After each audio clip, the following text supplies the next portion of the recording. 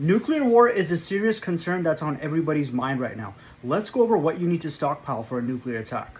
Let's start with the basics. First of all, your tap water may be contaminated due to nuclear fallout. The water that's sealed will be okay, so you'll need sealed water containers like aqua bricks or aquatainers. Fill them up in advance. 14 gallons per person is the minimum. I recommend you eventually try and build up to a stockpile of about 180 gallons. You won't be able to go to the grocery store, so stockpile at least 2 weeks worth of food, non-perishables.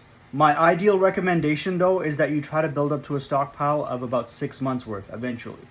Your packaged food will be fine, the stuff that you stored in Mylar bags will be good, your canned food, all that will be okay. Stock up on flashlights, batteries, and hand crank radio as well so you know what's going on. You should try and get something for backup power like a generator, and you also need a way to cook your foods, so get a propane stove or butane stove. There's a concern about an EMP as well, so you need to put your stuff in Faraday bags, your important electronics. Get duct tape and plastic sheeting to seal doors and windows.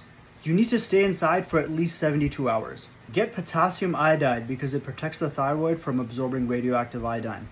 A lot of random companies have jumped on this to try to make money because of everything going on, so just make sure you buy the real stuff and buy it from a reputable source. Some people were in my comments saying that potassium iodide doesn't work, but it does. After the Chernobyl disaster, the people who did not receive potassium iodide had drastically higher rates of thyroid cancer. By the way, one thing you need to look into is that it's usually given away free to people who live near nuclear facilities, so definitely look into that.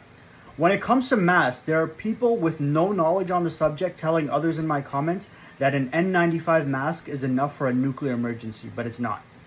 It does not protect against gases, vapors, and many radioactive isotopes. Plus, they have a loose fit and no eye protection.